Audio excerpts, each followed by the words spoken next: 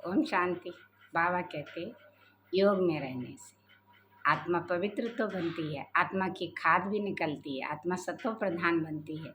लेकिन बाबा कहते याद में एक्यूरेट रहो तो तुम्हारा चेहरा खुशनुमा सदा हर्षित रूहे गुलाब चमकता हुआ दिखाई पड़े। तो इसके लिए विधि क्या है, योग की विधि क्या है और इससे होने वाले लाभ क्या हैं।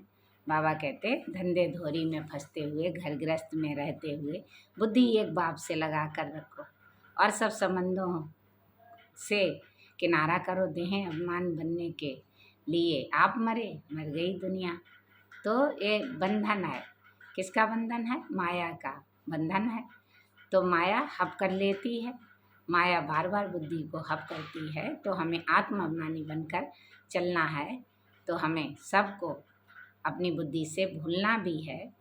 तो इसके लिए बाबा कहते हैं निरंतर एक बाप को याद करते रहो।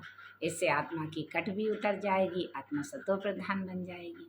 सदैव अशरीरीपन का अभ्यास बढ़ाते चलो, क्योंकि एक कहानी है दिए और तूफान की, निर्बल की लड़ाई बलवान से।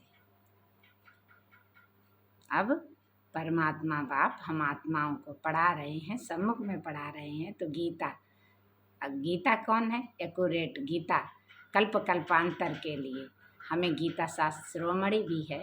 गीता रिलीजन, इस धर्म से माइट मिलती है।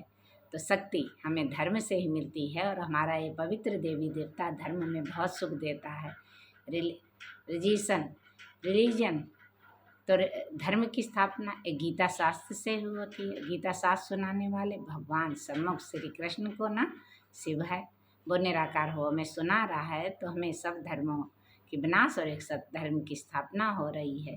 तो हमें सबको ये सच्ची सच्ची गीता सुनानी भी है, सुननी भी है, सुनानी भी है। एक्यूरेट बाप की याद में रहना भी है और इसी में मेहनत है।